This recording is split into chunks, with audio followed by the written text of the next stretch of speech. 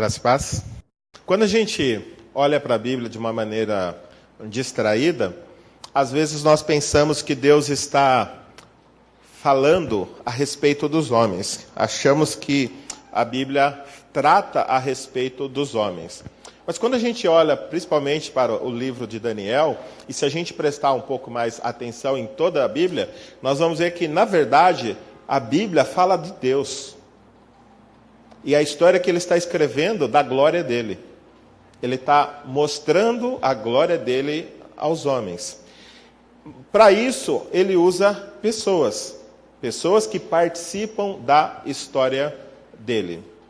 Então, às vezes nós confundimos, nós achamos que a Bíblia está falando de homens e mulheres, e ao invés de estar expressando a glória de Deus. Deus, ele quer ser conhecido em toda a terra, quer ser adorado, quer ser exaltado, e ele usa a minha vida, ele usa a sua vida, assim como ele usou a vida de outros homens e mulheres da Bíblia, para torná-lo conhecido a todas as nações. Mas a Bíblia, do início ao fim, revela a glória de Deus a nós. E hoje nós vamos ler um texto que, mais uma vez, pode mostrar isso claramente. A Bíblia fala da glória de Deus. Mas vamos nos pôr de pé e a gente vai ler o livro do profeta Daniel, capítulo 2, inteiro. É bem longo, mas eu creio que é importante a gente ler todo o capítulo para a gente ficar por dentro de toda a história. E eu creio que a palavra de Deus ela é viva e eficaz. Eu não preciso nem pregar, não preciso falar nada. A pessoa apenas ouvindo a palavra de Deus, ela pode se converter, ela pode ser quebrantada. Então, ao invés de eu ficar falando, eu prefiro ler o texto inteiro, porque o importante é a palavra de Deus. Do 1 até o 49. Todos acharam? Diz assim, você presta atenção como vai contar a história do rei Nabucodonosor, como que ele chegou a conhecer que há um Deus vivo e verdadeiro que está agindo sobre todas as coisas. Diz assim, no segundo ano de seu reinado, Nabucodonosor teve sonhos, sua mente ficou tão perturbada que ele não conseguia dormir. Por isso, o rei convocou os magos, os encantadores, os feiticeiros e os astrólogos para que lhe dissessem o que ele havia sonhado. Quando eles vieram e se apresentaram ao rei, este lhes disse, tive um sonho que me perturba e quero saber o significado. Então, os astrólogos responderam em aramaico ao rei, ó rei, vive para sempre. Conta o sonho aos teus servos e nós o interpretaremos. O rei respondeu aos astrólogos, esta é a minha decisão. Se vocês não me disserem qual foi o meu sonho e não o interpretarem, farei que vocês sejam cortados em pedaços e que as suas casas se tornem montes de entulho. Mas, se me revelarem o sonho e interpretarem, eu lhes darei presentes, recompensas e grandes honrarias. Portanto, revelem-me o sonho e a sua interpretação. Mas eles tornaram a dizer, conte o rei o sonho a seus servos, e nós o interpretaremos. Então o rei respondeu, já descobri que vocês estão tentando ganhar tempo, pois sabem da minha decisão. Se não me contarem o sonho, todos vocês receberão a mesma sentença, pois vocês combinaram enganar-me com mentiras, esperando que a situação mudasse. Contem-me o sonho e saberei que vocês são capazes de interpretá-lo para mim. Os astrólogos responderam ao rei, não há homem na terra que possa fazer o que o rei está pedindo. Nenhum rei, por maior e mais poderoso que tenha sido, chegou a pedir uma coisa dessas a nenhum mago, encantador ou astrólogo. O que o rei está pedindo é difícil demais. Ninguém pode revelar isso ao rei, senão os deuses, e eles não vivem entre os mortais. Isso deixou o rei tão irritado e furioso que ele ordenou a execução de todos os sábios da Babilônia. E assim foi emitido o decreto para que fossem mortos os sábios, ou melhor, e assim foi emitido o decreto para que fossem mortos os sábios. Os encarregados saíram à procura de Daniel e de seus amigos para que também fossem mortos. Arioque, o comandante da guarda do rei, já se preparava para matar os sábios da Babilônia, quando Daniel dirigiu-se a ele com sabedoria e bom senso. Ele perguntou ao oficial do rei: por que o rei emitiu um decreto tão severo? Arioque explicou o motivo a Daniel. Diante disso, Daniel foi pedir ao rei que lhe desse um prazo, e ele daria a interpretação.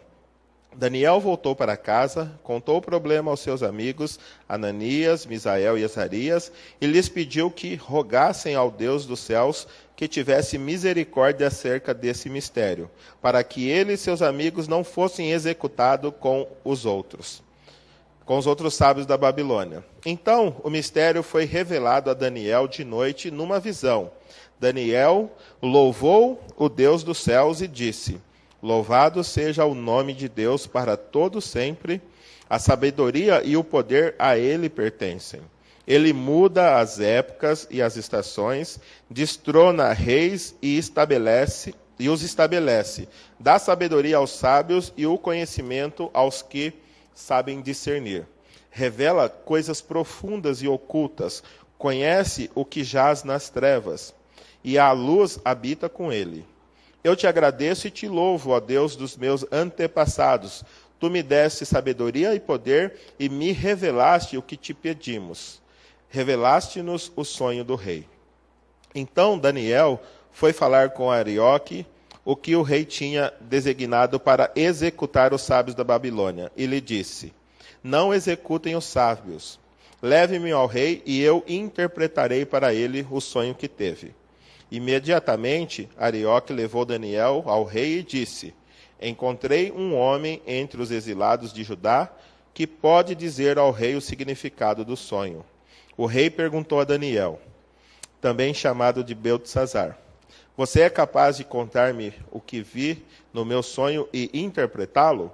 Daniel respondeu: nenhum sábio, encantador, mago ou adivinho é capaz de revelar ao rei o mistério sobre o qual ele perguntou. Mas existe um Deus nos céus que revela os mistérios. Ele mostrou ao rei Nabucodonosor o que acontecerá nos últimos dias. O sonho e as visões que passaram por tua mente quando estavas deitado foram as seguintes. Quando estavas deitado, ó rei, tua mente se voltou para as coisas futuras, e aquele que revela os mistérios te mostrou o que vai acontecer. Quanto a mim, esse mistério não me foi revelado porque eu tenha mais sabedoria do que os outros homens, mas para que tu, ó rei, saibas a interpretação e entendas o que passou pela tua mente. Tu olhastes, ó rei, e diante de ti estava uma grande estátua. Uma estátua enorme, impressionante, e sua aparência era terrível. A cabeça da estátua era feita de ouro puro, o peito e o braço eram de pedra, o ventre e os quadris eram de bronze. As pernas eram de ferro, e os pés eram em parte de ferro e em parte de barro. Enquanto estavas observando, uma pedra soltou-se, sem auxílio de mão. Atingiu a estátua aos pés de ferro e de barro e os esmigalhou. Então o ferro, o barro, o bronze, a prata e o ouro foram despedaçados, viraram pó, como o pó da debulha do trigo na eira durante o verão. O vento os levou sem deixar vestígio, mas a pedra que atingiu a estátua tornou-se uma montanha e encheu toda a terra. Foi esse o sonho, e nós o interpretaremos para ti, ó rei. Tu, ó rei, és rei de reis. O Deus dos céus concedeu-te domínio, poder, força e glória. Nas tuas mãos ele colocou a humanidade, os animais selvagens e as aves do céu. Onde quer que vivam, ele fez de ti o governador deles todos. Tu és a cabeça de ouro. Depois de ti surgirá outro reino inferior ao teu. Em seguida surgirá um terceiro reino, de bronze que governará toda a terra. Finalmente haverá um quarto reino, forte como o ferro, pois o ferro quebra e destrói tudo. E assim como o ferro despedaça tudo, também ele destruirá e quebrará todos os outros. Como vistes, os pés e os dedos eram em parte de barro e em parte de ferro.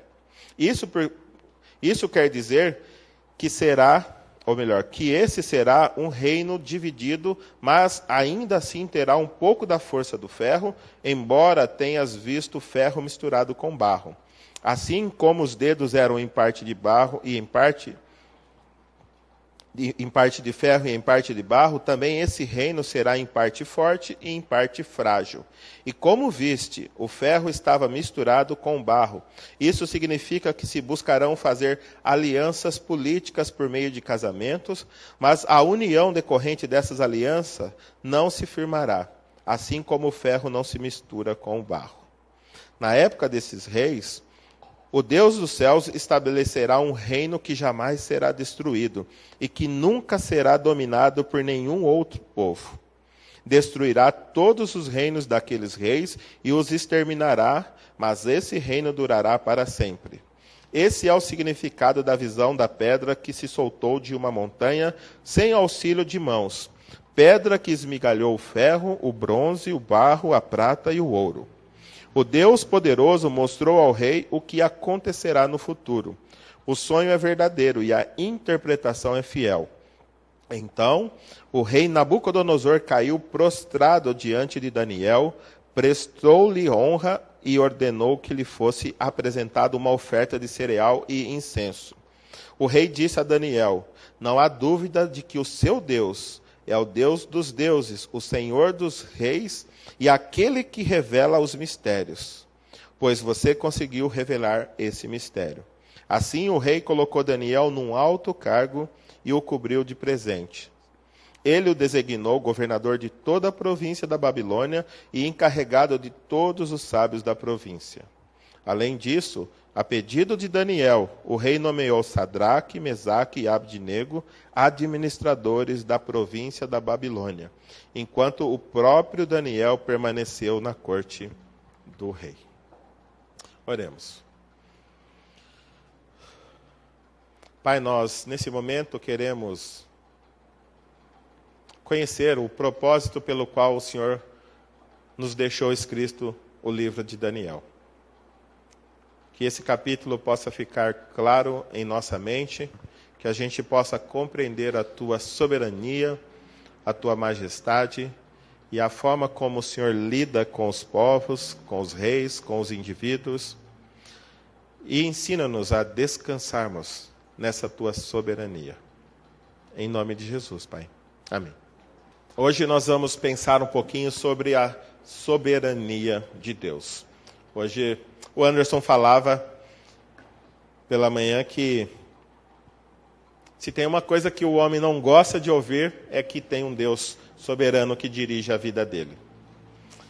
A ideia de pensar que nós somos pessoas que estão debaixo do controle absoluto de Deus, isso incomoda muitas pessoas, principalmente aquelas que são independentes e que acreditam que fazem o que fazem porque são boas, porque são poderosas. Mas esse texto nos revela que poderoso só tem um. E a gente, olhando para esse texto, a gente pode pensar o seguinte: a soberania de Deus sobre os acontecimentos, indivíduos, reis e reinos é evidenciada pelo domínio completo sobre todas as circunstâncias.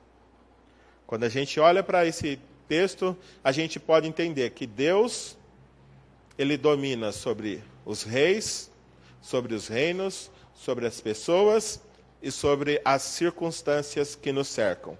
Sendo assim, Ele é soberano. Mas o que é soberania?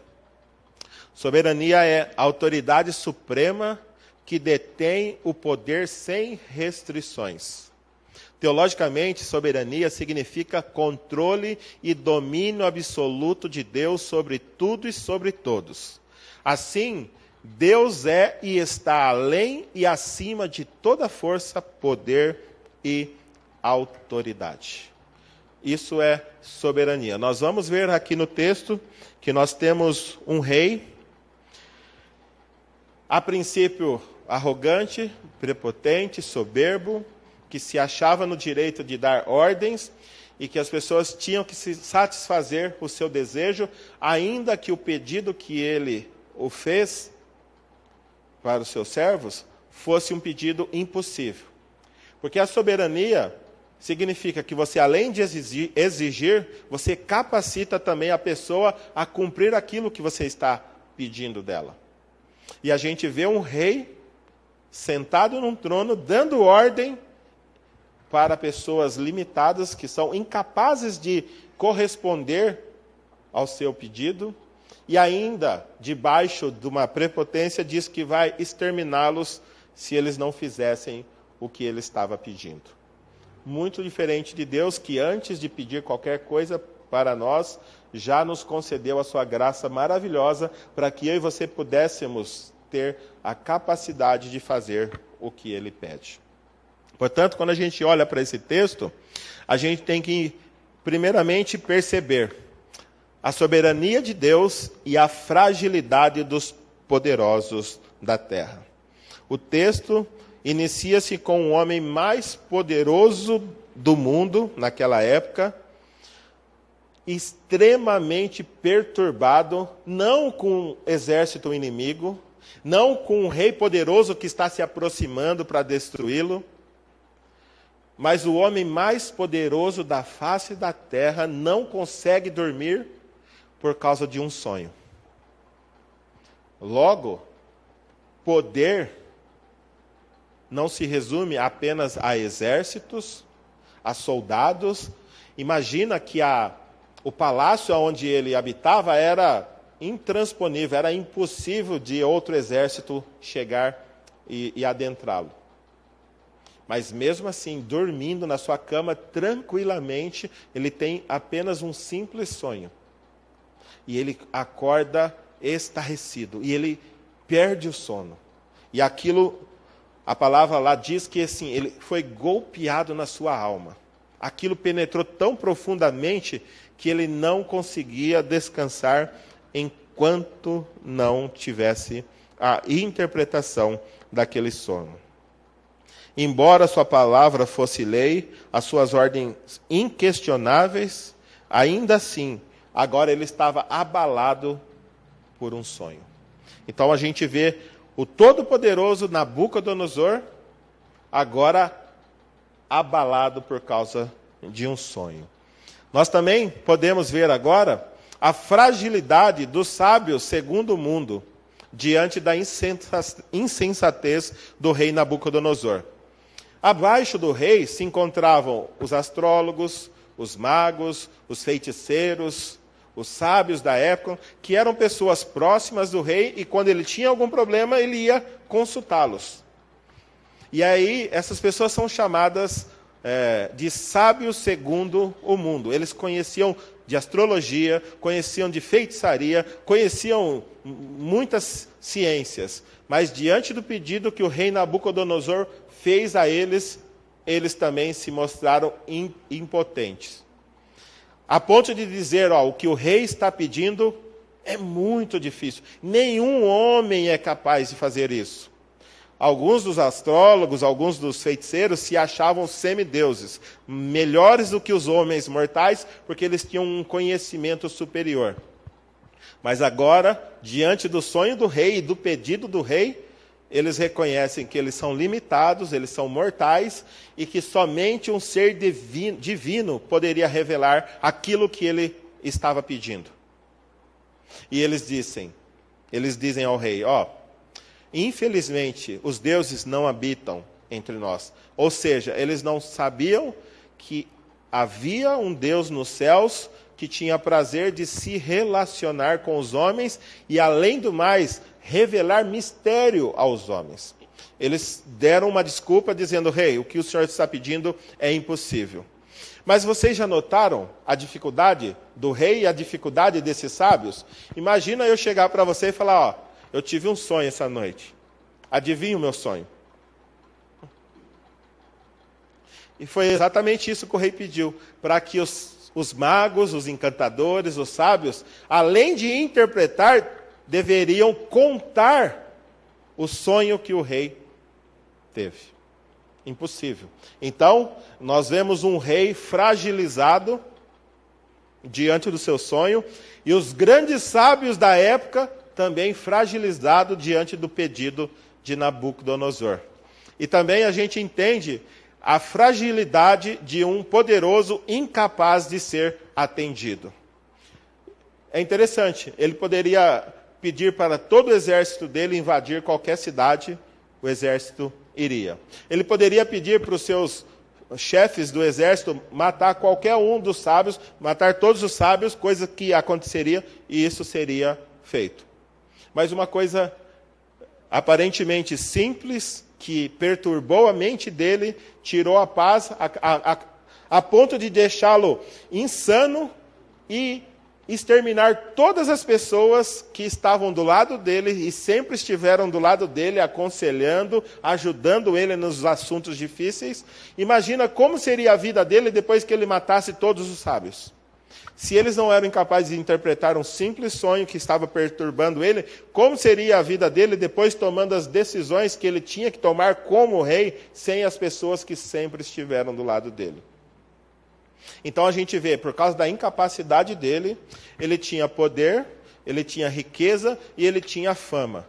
Mas ele não era capaz de fazer nenhum dos seus servos interpretarem, ou melhor, contarem um sonho e depois interpretá-lo. É interessante que hoje muitos pretendem ser soberanos. Mas aí, desde o começo, a gente começa a ver que soberano só há um. Deus queria deixar conhecido a Nabucodonosor o que ele, Deus, faria no futuro, e revelou a esse rei através de um sonho. E ele ficou extremamente perturbado. Então a gente começa a olhar para esse texto e a gente vê a fragilidade que os sábios e que o próprio rei tinha diante desse sonho. Mas a gente também tem que prestar atenção na soberania de Deus sobre as oportunidades dos seus servos. Porque quando a gente olha para esse texto, a gente percebe a intervenção de Daniel diante do caos. O que Daniel poderia fazer? Quando percebeu que os sábios estavam sendo caçados para ser levados para a morte, Daniel poderia tentar se esconder. Daniel poderia ter fugido com seus amigos. Daniel poderia dar uma desculpa e falar, não, eu não sou sábio, não tenho nada a ver comigo essas coisas. Ele poderia dar uma desculpa. Mas a gente vê, o texto fala que ele intercede diante de Arioque com sabedoria e também com bom senso. Ele não ficou parado diante do caos. Ele podia cruzar o braço e falar, já está perdido mesmo? Ninguém pode fazer isso que o rei está pedindo, então ele poderia ter ficado quieto. Mas a gente vê ele indo até Arioque e intercedendo, falando, peça para o rei dar um tempo que eu vou interpretar para ele esse sonho. E também a gente vê o que ele fez. A intercessão de Daniel e seus amigos diante do caos. O que mais a gente pode fazer, se não, pelo menos, orar diante de uma situação difícil? Enquanto os sábios, ou melhor, enquanto o rei Nabucodonosor pediu para que os seus sábios interpretassem os sonhos, e isso era impossível para os seus sábios, vocês notaram que Daniel também fez a mesma coisa, Daniel e seus amigos, também pediu para alguém interpretar, mas eles pediram para a pessoa correta. Eles pediram para Deus. Muitas vezes nós somos assim, nós temos um problema e nós não saímos do problema porque nós nos apoiamos na pessoa errada. Daniel estava ciente do problema, estava ciente da dificuldade, ele também se achava incapaz, ele não tinha solução, mas ele correu junto para os seus amigos e disse, meus queridos, vamos orar, vamos clamar a Deus, vamos pedir para que Ele tenha misericórdia de nós e nos livre dessa situação. E muitas vezes a gente vê o caos e nós não fazemos Nada, nós ficamos de braços cruzados. Nem para juntar um irmão e o outro irmão, juntar as famílias para orar e clamar pelo caos, nós não fazemos. Nós somos acomodados, nós achamos que não tem jeito mesmo. Daniel e seus amigos, não. Eles foram até Arioque, que era o encarregado, pediu permissão para que o rei desse um tempo, depois eles clamaram ao Senhor, eles se consagraram em oração, pedindo para que Deus resolvesse o problema deles. E a gente vê então Deus resolvendo o problema, quando a gente olha lá nos versos 19 a 23, a gente percebe a oração de Daniel louvando a Deus. Primeiro ele diz: louvado seja o teu nome para todo sempre, a sabedoria e o poder pertencem a ti. Soberania é isso também, você ter sabedoria para fazer algo, mas também ter o poder para executar. Em alguns casos, Nabucodonosor tinha sabedoria dos sábios. Em outros casos, ele tinha o poder dos seus exércitos. Mas ele não conseguia conjugar o poder militar com a sabedoria para poder realizar o que ele pedia. E a soberania, a gente viu que é ter poder ilimitado. Não tinha restrições o poder de Deus. O de Nabucodonosor era limitado a ponto de um sonho incomodá-lo tremendamente. E a gente vê aqui Daniel exaltando a Deus, e ele diz, o verso 21, é ele quem muda o quê? As épocas e as estações. Ele destrona reis e os estabelece. Ele dá sabedoria e conhecimento aos que sabem discernir. E ele diz, ele revela coisas profundas e ocultas. Conhece o que jaz nas trevas, a luz habita com ele. E ele fala, eu te agradeço e te louvo, ó Deus, dos meus antepassados. Tu me deste sabedoria e poder e me revelaste o que te pedimos. No caos, ele fez alguma coisa, ele partiu para agir. E quando agiu, ele juntou pessoas para orar. E depois que ele recebeu a resposta, é muito importante o que ele fez. Ele agradeceu. Hoje, muitos de nós pedimos. Recebemos. E ao invés de agradecer, continuamos pedindo.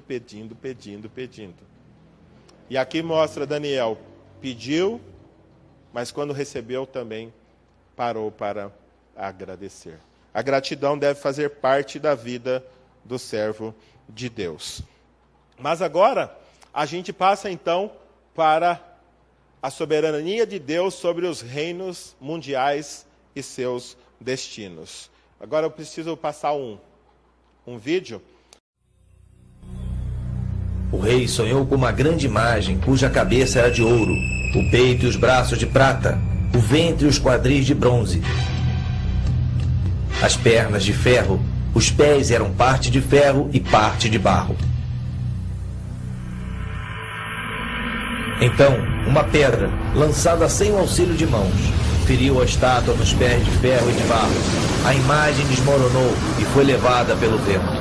Mas a pedra que feriu a imagem tornou-se uma grande montanha e encheu toda a terra. Nesta visão espantosa, cada parte da imagem simboliza um diferente império que Deus predisse que iria governar o mundo. O próprio Daniel disse ao rei Nabucodonosor: Tu és a cabeça de ouro. A Babilônia na antiguidade era conhecida como a cidade de ouro, e assim como a cabeça, os babilônicos eram grandes pensadores, conhecedores de astrologia, astronomia e ciência.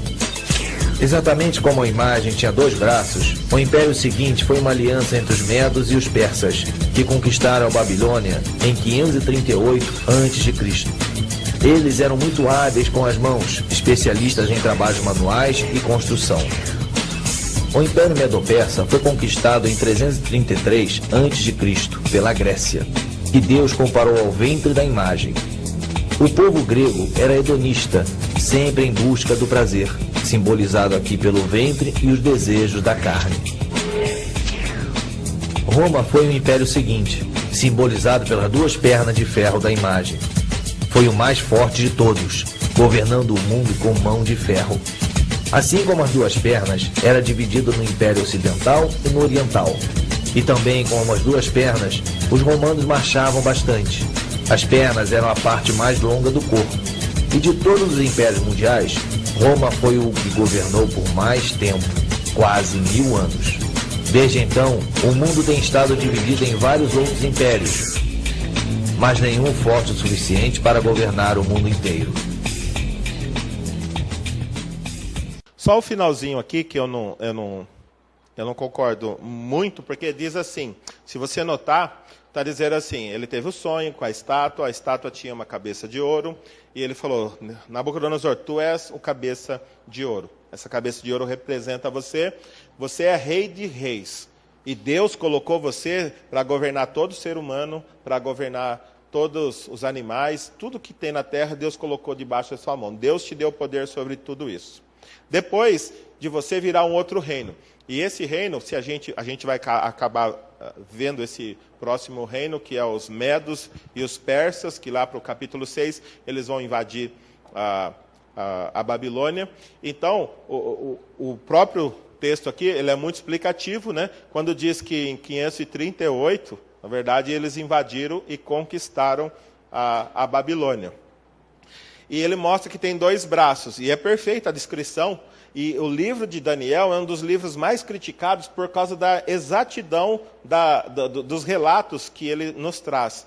Algumas pessoas não acreditam que esse livro foi escrito, como a gente estava vendo, 500 anos antes de Cristo. Mas eles acreditavam que o livro foi escrito 200 depois de Cristo, depois que tudo se concretizou, alguém só relatou. Quer dizer, a pessoa que critica, ela não entende a inspiração divina e a soberania de Deus sobre tudo isso. É exatamente isso que nós estamos falando. A soberania de Deus que revelou para o rei Nabucodonosor o que aconteceria com o reino dele, com os próximos reinos que viriam, até a instalação do reino de Deus aqui na terra. E isso as pessoas acabam criticando e achando que foi escrito depois que as coisas aconteceram. Não, a gente viu que a Babilônia permaneceu ainda muitos anos, Nabucodonosor reinou 41 anos, depois veio o rei Dário, mas depois eles foram invadidos pelos medos persas. Então era o conjunto de 2 povos, que estão 2 braços, né? E que acabaram invadindo a Babilônia. Depois da Babilônia veio quem? Ou melhor, depois dos medos persas, veio quem? Um outro rei muito famoso, mas que foi muito breve. E que com 33 anos ele tinha conquistado todo o mundo antigo. Quem foi esse? Alexandre o Grande. Ele conquistou o Império Medo-Persa e estabeleceu o Império Grego. E dessa forma, o que aconteceu? Ele trouxe a cultura, trouxe o conhecimento, trouxe a língua, muitos benefícios para a humanidade. Mas ele foi, com 33 anos ele morreu. Imagina como era esse homem, esse general. 33 anos, ele conquistou todo o mundo antigo. Mas, rapidamente, quando ele morreu, o império dele foi destruído. E aí, então, veio o Império Romano. E aí, se você notar, o texto diz assim, ó, no 44, na época desses reis, ou seja, dos reis romanos, Deus estabeleceria o reino dele na terra. Quando é que Jesus veio? Quem que era o império? Era o Império Romano. Então o pessoal fala, não, o livro de Daniel foi escrito 200, 300 depois de Cristo, porque foi muito perfeito a descrição. Não, eles não contam com a inspiração divina, que quem inspirou Daniel para escrever já estava governando a história há muitos e muitos anos. A questão é, veio o Império Romano. Depois ele diz a descrição a respeito dos pés, que eram em parte de barro, em parte de ferro, e que fariam alianças através de casamento. E isso realmente aconteceu no Império Romano. Um casava com a filha do outro para casar com... Por quê? Porque eles queriam ter o poder. Então eles faziam cada aliança, e todas as alianças que eles fizeram não deu certo, assim como está escrito. Mas aqui está dizendo que é depois ali está dizendo assim que é a divisão da Europa Ocidental até a zona do euro. Eu creio que já estava falando exatamente das alianças que os imperadores faziam na época, casando a filha desse com a filha daquele. Então eles faziam, um monte de conchavo para tentar manter o poder. Mas um não confiava no outro, era um monte de cobra, um querendo picar o outro, então não funcionava. O Império Romano ruiu e também veio a passar como todos os demais, embora tivesse um tempo maior sobre a face da terra. Mas a grande questão o que nós precisamos saber? Que teve a Babilônia, assim como foi descrito, depois vieram os medos persas, nós vamos ver isso ainda no livro de Daniel, depois veio Alexandre o Grande, já não está mais aí, né? Foi no período, que foi 331? A 168 a.C. Está na Bíblia? Por que não? É o período interbíblico, né? Ele ficou 400 anos em silêncio, então de 400 anos de Cristo, de Malaquias até Mateus, até João Batista não teve mais revelação. Então o Império Grego ele não entra aqui, embora o Novo Testamento se aproveita da língua franca que tinha por todo lugar, que era o grego. Então foi muito bom a presença de Alexandre o Grande tentando a helenização. O que foi a helenização? É que Helás é grego, né?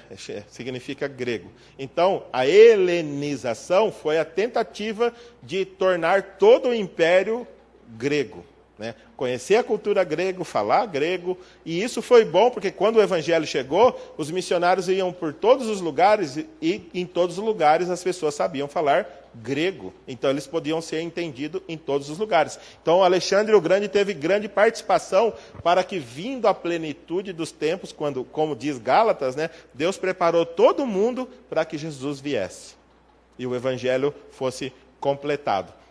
Então veio a Grécia, veio o Império Romano, mas o mais importante é o próximo, que ele diz assim, do reino de Deus, que viria, lembra que conta que uma pedra, né, vinda sem auxílio de mão humana, ou seja, isso que a gente não consegue entender, como é que o reino de Deus chega, como é que ele cresce, como é que ele sobrevive. É algo sobrenatural. Não depende de nós, não depende do pastor, não depende da nossa estrutura. O reino de Deus, assim como tem a parábola lá do grão de mostarda, que ele cresce e depois as aves vêm se aninhar nela, a gente não sabe como, mas a gente sabe que tem um Deus soberano que está por trás de todas as coisas, controlando os reis, controlando os reinos, as nações, os indivíduos, fazendo de tudo.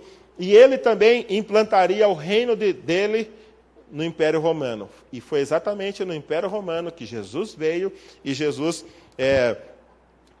estabeleceu o seu reino aqui na face da terra. Embora ainda esse reino não esteja completamente estabelecido. Nós sabemos que ainda haverá o cumprimento, como o próprio livro de Daniel nos dirá, lá no final dele, mostrará que haverá uma consumação da história. Mas esse mesmo Deus que revelou a Babilônia, os medos persas, os gregos, os romanos, e revelou o reino de Deus, se ele fez cumprir todos esses reinos que já passaram, nós devemos crer que ele também cumprirá aquilo que ainda não foi estabelecido plenamente. É questão de tempo para que Deus faça que todas essas coisas cheguem ao seu cumprimento. Ok? Então, a gente pode ver também nesse texto, depois que ele tem a interpretação, Daniel chega para ele, faz a interpretação do sonho, e aí, então, vem o desfecho da história. Primeiro, a gente entende o quê? O Senhor quebranta o coração de Nabucodonosor. Então, a soberania de Deus sobre o destino dos indivíduos.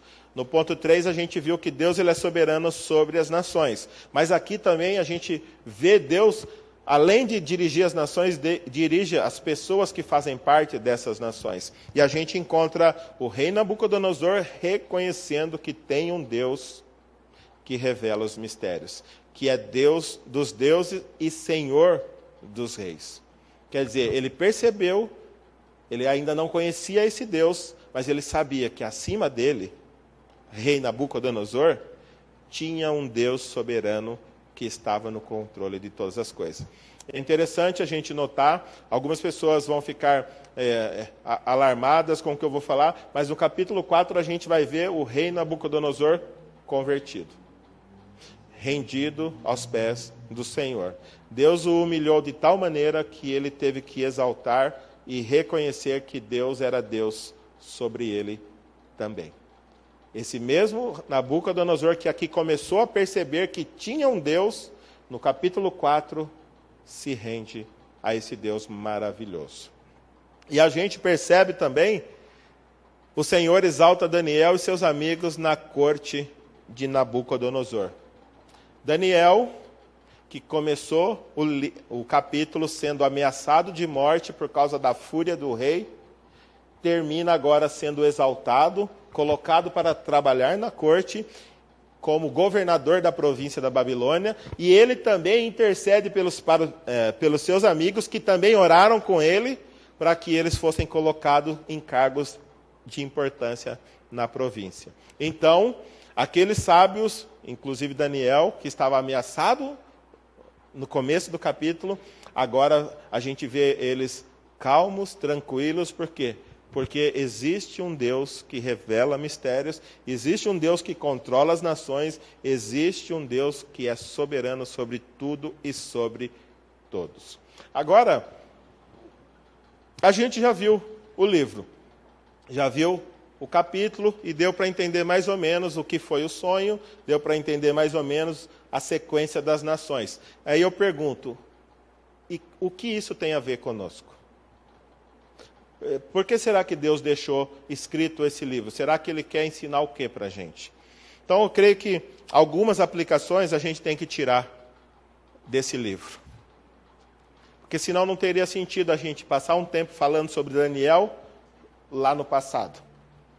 A gente tem que entender que aquele mesmo Deus continua vivo ainda hoje. Primeiro, se não entendermos a soberania do Pai, não conseguiremos entregar nossas ansiedades, problemas e preocupações que ocupam tanto o nosso coração.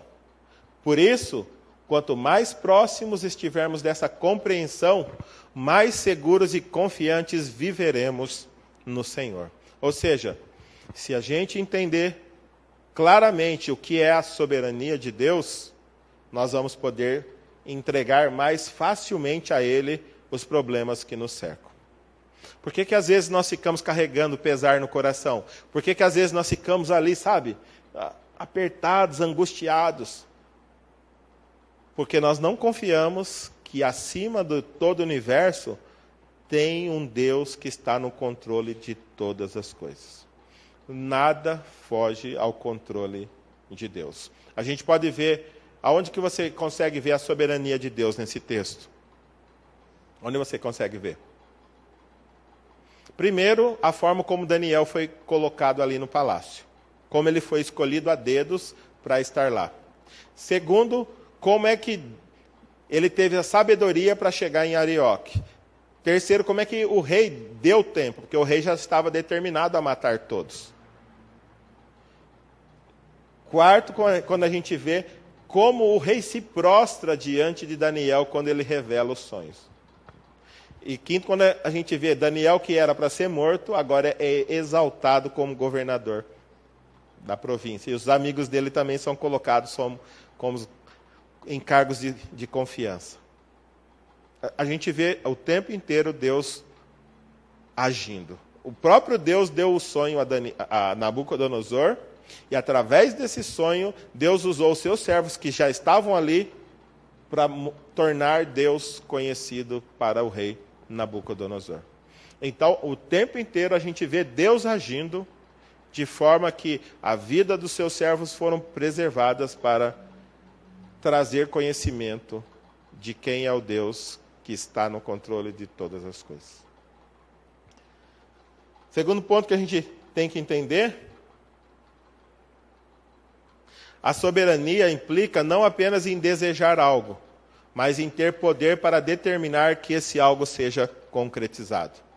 Nabucodonosor se achava soberano, mas ele entendeu que soberano era Deus. Deus, além de dar o sonho que acabou com o sossego dele, também enviou um homem e revelou para esse homem o significado. E hoje nós já estamos há 2.500 anos desse sonho. E nós sabemos que as coisas estão se cumprindo exatamente como foi revelado. Por quê? Porque na soberania Deus não apenas revelou o que ele pretendia, mas o que ele já tinha determinado que seria. Então, soberania não é apenas a capacidade de discutir algo que eu quero, mas não, é de determinar que seja feito e prover as condições necessárias para que aquilo que eu quero seja realizado, assim como Deus fez. E Ele faz em todas as coisas. Outro ponto, se a sua segurança está firmada no poder, dinheiro e fama, logo perceberás que tudo isso não poderá guardá-lo da ansiedade e medo que a incerteza do futuro traz. Se a sua confiança está no seu poder, na sua fama, no seu dinheiro, nos seus bens, na sua capacidade, naquilo que você faz, mais cedo ou mais tarde o medo vai bater lá. Talvez, muito se fala hoje no facão. O facão está correndo lá na empresa. Se você confia naquilo que você é capaz de fazer, você vai ficar realmente preocupado. A ansiedade vai bater.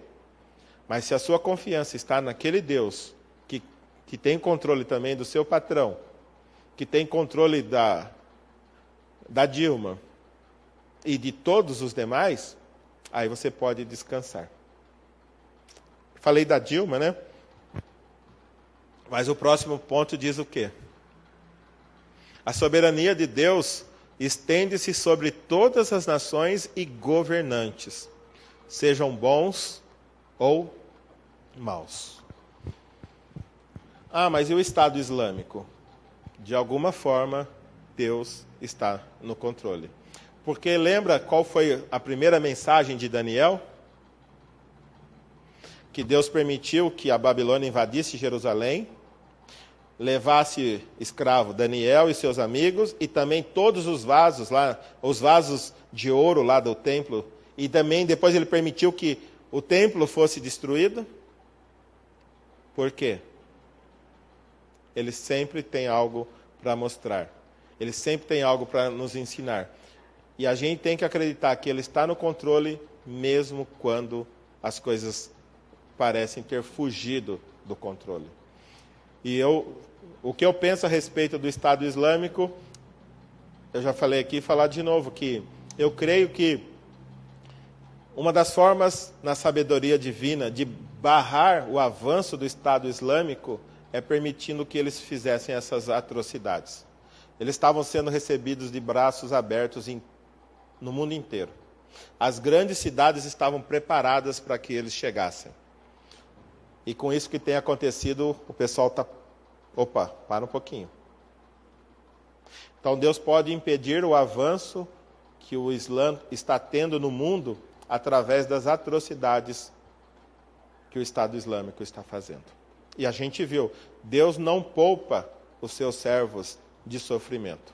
Deus não poupa. A gente viu no capítulo 1 que Daniel sofreu, ele teve que sair da sua casa, ele saiu do seu país, ele saiu da sua parentela e ele foi ser escravo na Babilônia. Embora com uma boa vida, mas ainda assim numa cultura estranha, longe dos seus parentes. Não foi fácil a vida de Daniel. E a gente vê aqui Deus preservando sim agora a vida dele. Mas Deus ele pode tanto preservar, quanto pode permitir que a sua vida seja ceifada. Porque o importante é que a sua vida seja usada para quê? Para que ele seja glorificado. E essa é a grande dificuldade que nós não queremos entender. Porque nós achamos que nascemos para ser o quê? Felizes. Não.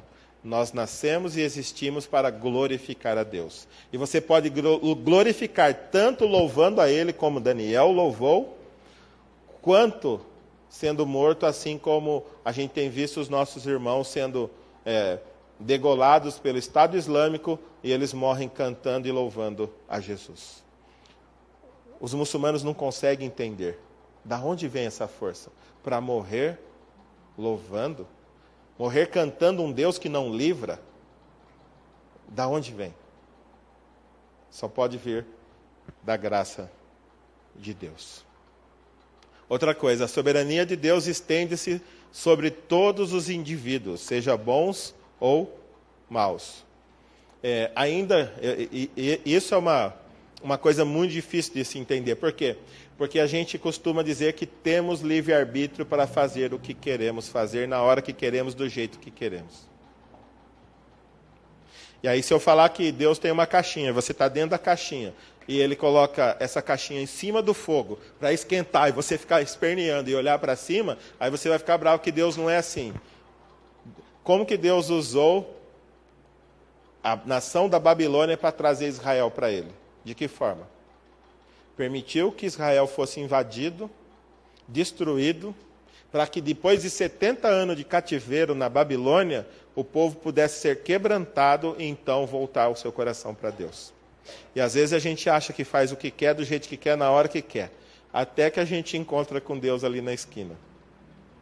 E aí a gente vai ver se realmente a gente é livre para fazer o que quer, do jeito que quer, na hora que quer. Porque enquanto Ele não nos breca, a gente acredita que realmente vamos conseguir fazer o que estamos fazendo. Mas mais cedo ou mais tarde, a gente vai se deparar com a vontade dEle.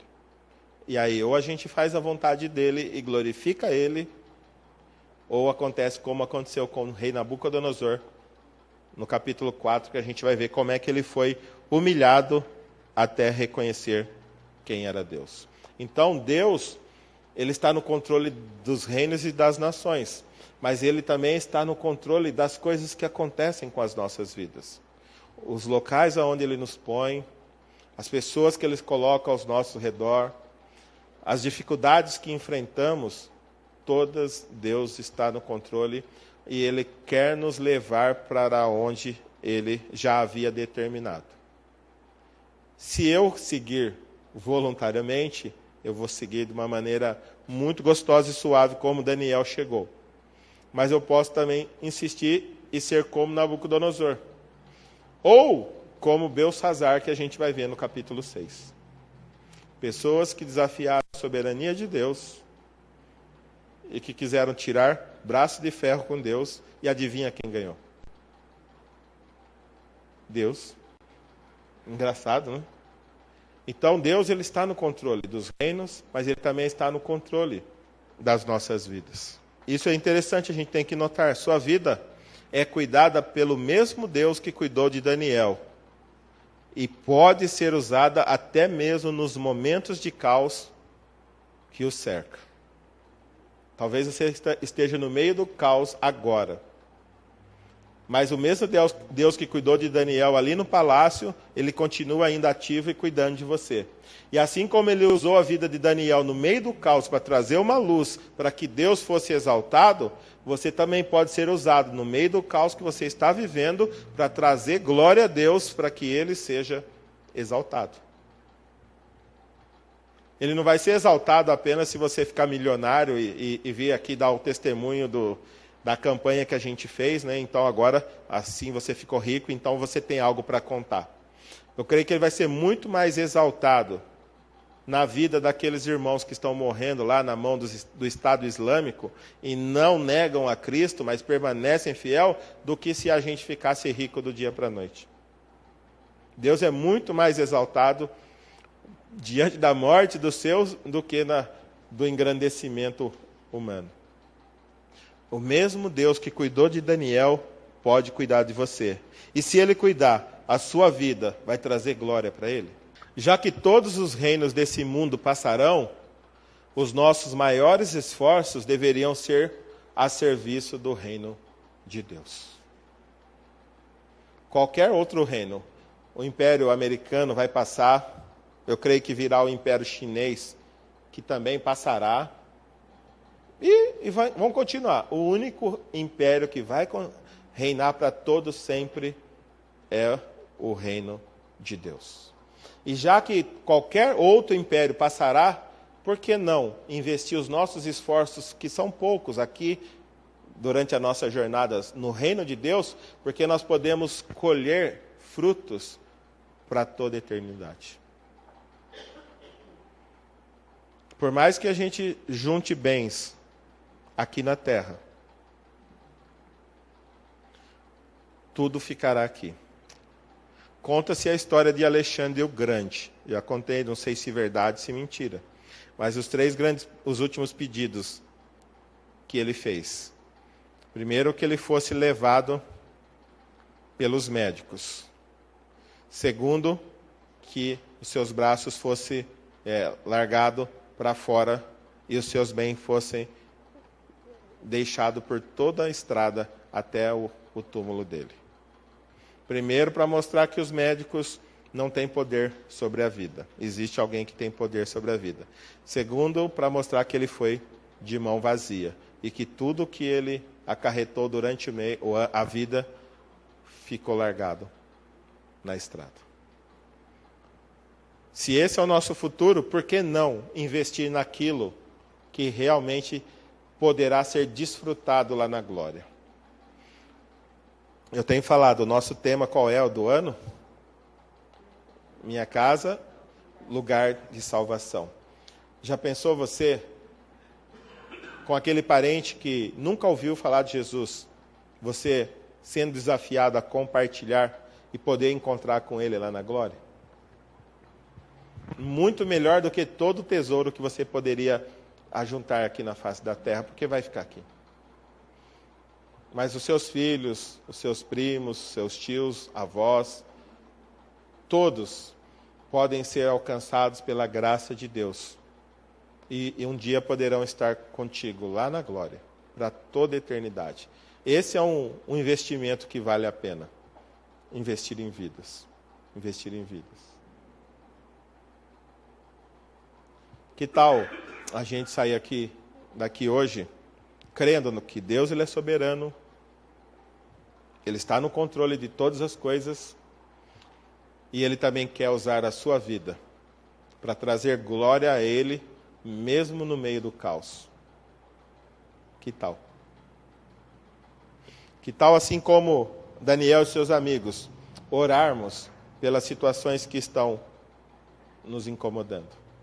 A soberania de Deus sobre acontecimentos, indivíduos, reis e reinos é evidenciada pelo domínio completo sobre todas as circunstâncias.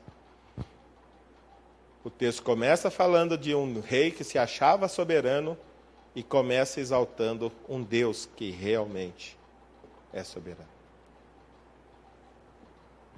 Creia nisso. Deus é soberano e Deus está no controle de todas as coisas. E se você crê nele, você pode descansar nele, independente da situação que está cercando a sua vida hoje. Amém?